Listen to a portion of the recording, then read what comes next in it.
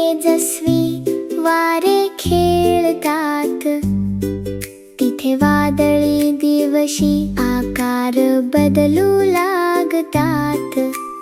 टेकड्या आणि दगड डोलू लागतात आणि रोली व त्याचे मित्र आपल्या वाटेवर निघतात. विचित्र वारा जमिनीवरून वाहू लागतो, गवत आणि वाळूवर पाणी गोल फिरतात. वाऱ्याच्या गडगडाटात रोली घरंगळतो, स्क्वेअर चित्ता पुन्हा एकदा थोडा पुढे धावतो.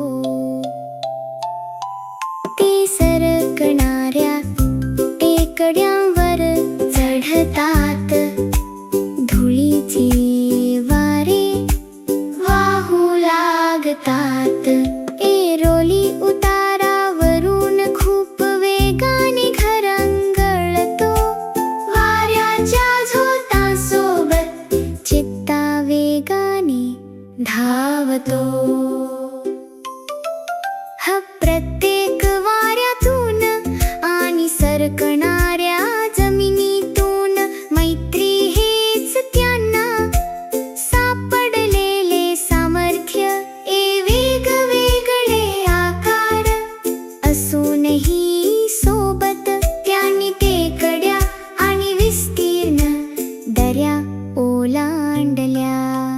पिकू उंच आकाशात झेपावतो, ढग ढग तरंगत असताना झुळझुळीत लाटा. आणि जेव्हा वारे खेळू लागतात, तेव्हा त्यांचे आकार दुसऱ्या दिवसाला मार्ग दाखवतील.